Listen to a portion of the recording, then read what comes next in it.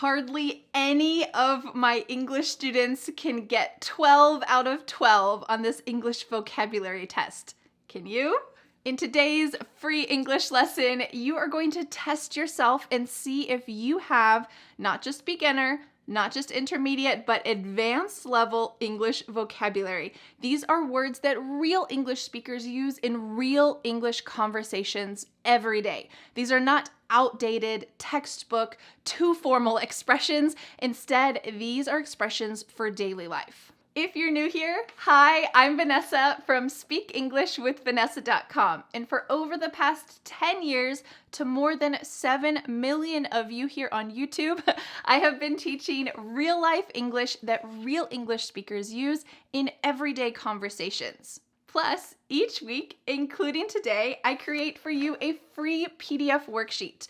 This is the teacher part of me that wants to continue helping you. In this worksheet, you will find the entire vocabulary test you're about to take, plus a lot of sample sentences for each of the expressions so that you can see all of the contexts and use them yourself.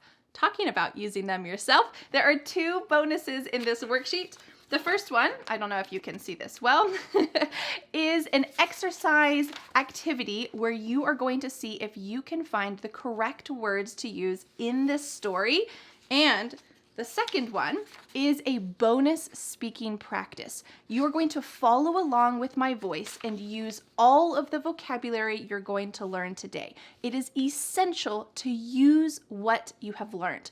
Don't just listen to this lesson, but be active and actually use it. So, how can you get this free PDF worksheet, plus the bonus exercise, plus the bonus speaking practice? All you have to do is click on the link in the description, enter your name and email address, and voila, just like that, I will send you this worksheet plus the 2 bonuses so that you can remember what you've learned and go out into the real world and use it yourself. That's the goal, right? Well, don't forget to click on the link in the description to get this worksheet today. All right, let's get started with our vocabulary test. All of these words are real expressions that real English speakers use in daily life. How do I know? I've got the proof. All of these words were used in last week's lesson where my husband Dan and I had a natural conversation talking about childhood. In the conversation, we just spontaneously used all of today's expressions, and I want you to be able to use them too. So, are you ready? Let's start with 4 beginner level vocabulary questions. I'm going to show you the first letter of each word, and I want to see if you can guess what it is. Let's take a look at number 1. Number 1, we often say that the gets forgotten in the family. You've got 5 seconds to answer. We often say that the middle child gets forgotten in the family. My son Freddie is the middle child, and I try really hard to not forget about him and to include him as much as every other child in my family. All right, let's watch the original clip where we used middle child so that you can see how it was originally used and proof that we really use this. Let's watch. Yeah, but even for Freddie, for our 5-year-old, he has adapted to that really well. He's the reason that we started the rules. Yes. In the first place. That was you as a child. Oh yeah, maybe. middle children. Middle children. Yeah. Beginner vocabulary question number 2. Want to go shopping this afternoon?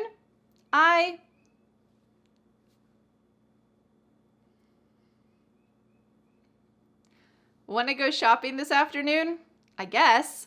You can see this hesitation in my voice. We often use this phrase, I guess, when we're not really wanting to say yes or no, but we're going to do it anyway. Let's watch the original clip of how this was used. My mom's also the type, she's like, he can play it on a road trip and he can play it outside. He can take it anywhere. I mean, maybe you could. Which is kind of true, I guess. Yeah. Beginner vocabulary question number 3.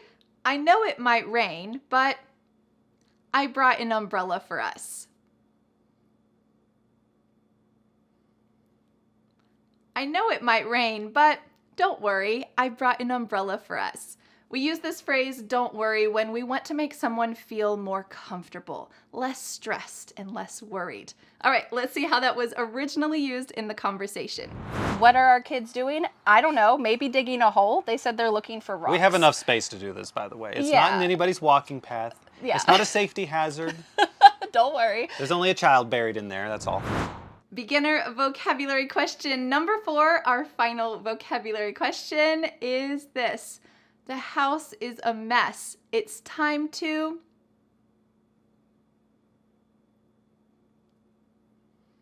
The house is a mess. It's time to clean up.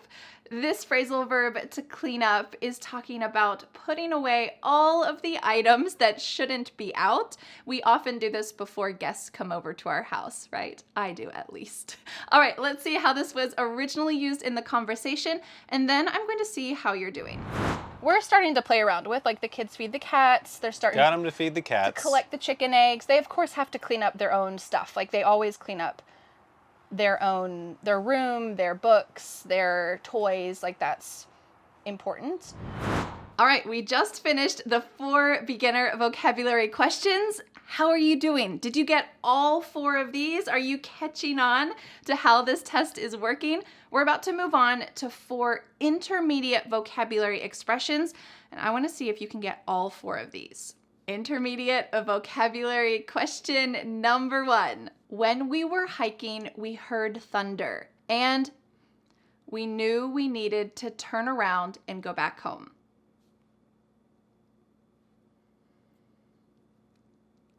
When we were hiking, we heard thunder, and at that point, we knew we needed to turn around and go back home. We use this phrase, at that point, to talk about a specific time in the past. When we heard thunder, immediately we knew it's not safe to be out here, we need to go back home. When we heard thunder, at that point, we realized, let's go home. Okay, let's see how this was used in the original conversation. My best friend had a computer, but we didn't have I don't think we had a good computer at that point. I remember we got a computer when I was in 6th grade. Intermediate vocabulary question number 2. Sometimes teenagers try to the house at night. Sometimes teenagers try to sneak out of the house at night. This is when you leave somewhere secretly. Maybe they go out a window. Maybe they close the door very quietly. Teenagers sometimes sneak out of the house at night. All right, let's see how this was originally used in the conversation. Proof that we really use these in real life. Let's watch. My mom sent me to my room, and I was so sad that I hit her that I snuck out of my room into her room, and we were playing with like our Barbie dolls, and my mom found us. All right, you are successfully halfway through this test, and I want to know, how are you doing? Aren't these intermediate expressions just slightly more challenging than the beginner ones? But let's keep going. We have 2 more intermediate phrases and 4 final advanced phrases. I want to see if you can get that final phrase correct. Intermediate vocabulary question number 3. When I watch someone solve a Rubik's Cube in 30 seconds, how they do it so quickly.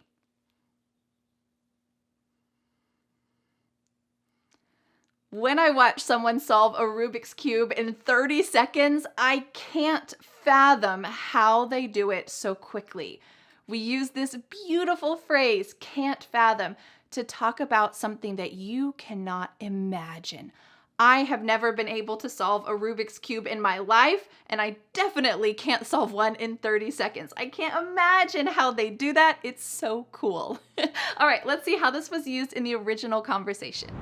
Yes, I think our generation can't fathom that lack of control over our kids' well-being. And our final intermediate vocabulary question is this. I was so with making dinner that I completely forgot I was supposed to call my grandma. Oops.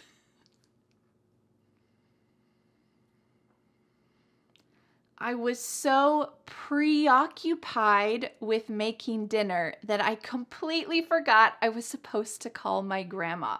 This is a beautiful intermediate word, preoccupied.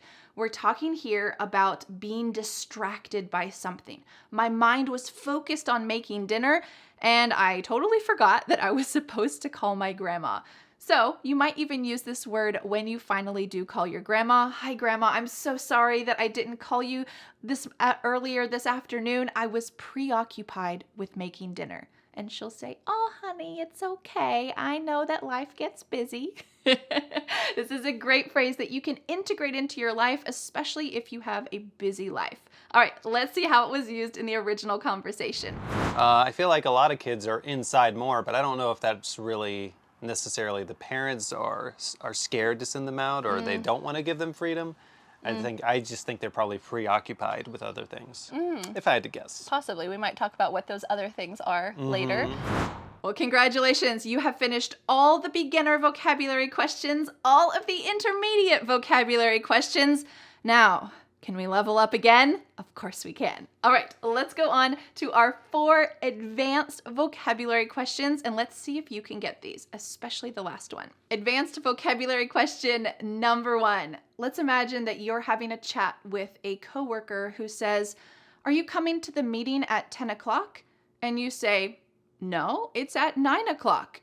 And your coworker says, you should check your email. You might say this. I don't have to check my email. That the meeting starts at 9 a.m., not 10.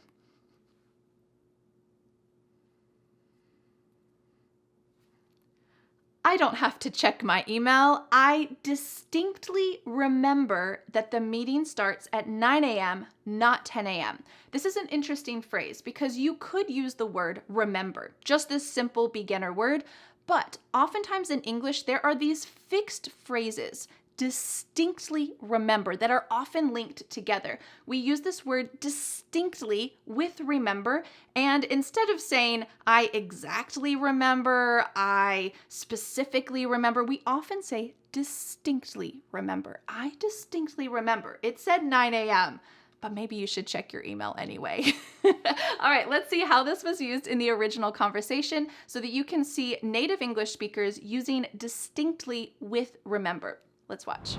And I remember my mom being like, what on earth would compel you to do this? Yeah. Wait until you get home, Oh, yeah. kind of thing. And yeah. But I do remember distinctly one time my dad was gonna spank me, and he just like started cracking up. Advanced vocabulary question number 2, I'm gonna give you a little hint with this one, is this. It's a Saturday night. I think that the restaurant will be pretty busy. All right, I gave you if I. I want you to guess the rest of this phrase. Are you ready?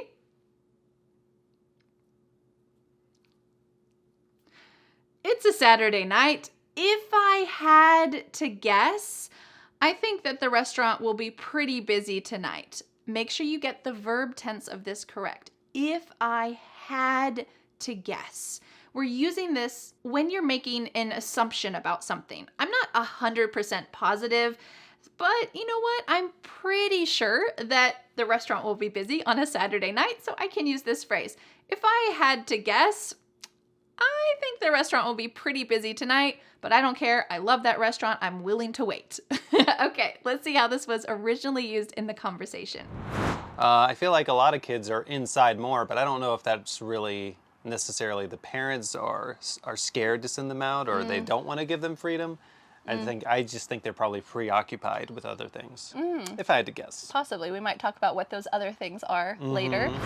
Advanced vocabulary question number 3 is this. At first, my parents said no to getting a dog, but eventually they... We're only looking for one word here. Do you know what it is? You've got 5 seconds. At first, my parents said no to getting a dog, but eventually they caved. Do you know what a cave is? It's like that hole in a mountain that's dark and bats live in there. But when we use this as a verb, we're talking about the cave collapsing.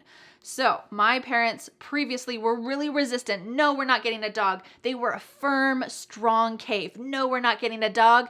but then I asked, please, can we get a dog? And I asked again and again, and oh, I promise I'll take care of it. I'm so responsible. And eventually that cave gets weaker and weaker, and my parents caved because they saw my precious little face wanting a dog. So you can use this as well when you're resisting something and then you finally give in. I saw that chocolate bar and I wasn't going to buy it. But then the longer I looked at it, I realized I really want it. Eventually, I caved and bought it. Okay, let's see how this was used in the original conversation. I was one of those kids who really, really, really loved video games, and I wanted video games a lot, but my mom would not let me. My mom or my dad. But then my mom actually caved a little bit and she got me a Game Boy. And our final advanced vocabulary question is this one. It is a great one to use in both business situations and in personal situations. Oops, when I forgot to call my client back. Oops, I totally dropped the ball when I forgot to call my client back. This is an excellent phrase that you can use when you absolutely make a mistake. You just totally forgot and you want to apologize. You might call that client back and say, I'm so sorry. I totally dropped the ball when I didn't call you back at 11 a.m. and now it's 2 p.m. I'm sorry I dropped the ball, but let's talk about it now. What a great way to acknowledge that you made a mistake and you're trying to apologize. You can also say this in your personal life as well when you make mistakes. Let's say that you were supposed to have dinner prepared at 6 p.m. so that when your family came home, they could have a nice dinner, and you were preoccupied. You were busy doing other things. So when they come home and dinner's not ready, you might say this, sorry, I dropped the ball. I was preoccupied doing other stuff, but I'm working on dinner right now. This is a great way to apologize. Okay, let's see how this was used in the original conversation. Yeah, how about, let's think about our kids now. How are they We dropped the ball on this. disciplined? Well, we have a very strict no spanking policy. So let me know, what is your score? Tell me in the comments. Did you get all 4 beginner questions, all 4 intermediate, and all 4 advanced vocabulary phrases correct? If this test was very challenging for you, and don't worry, it was challenging for most of my English students, I want to remind you that you can continue to practice all of these phrases by downloading the free PDF worksheet. It includes all of the phrases that you learned, a bunch of extra examples, and an exercise worksheet, plus a speaking practice where you will get to speak and repeat after my voice. This is the #1 speaking technique to help you improve your spoken English, repeating after my voice. You can get all of this in the worksheet. Just simply click on the link in the description, enter your name and email address, and voila, this worksheet will be yours in your email inbox. It is my gift to you. Well, thank you so much for learning English with me, and I'll see you again next Friday for a new lesson here on my YouTube channel. Bye! But wait, do you want more? I recommend watching this video next, where you can immerse yourself in a real-life English conversation between my husband Dan and I, 2 native American English speakers, and you can improve your speaking skills along with us. I'll see you there.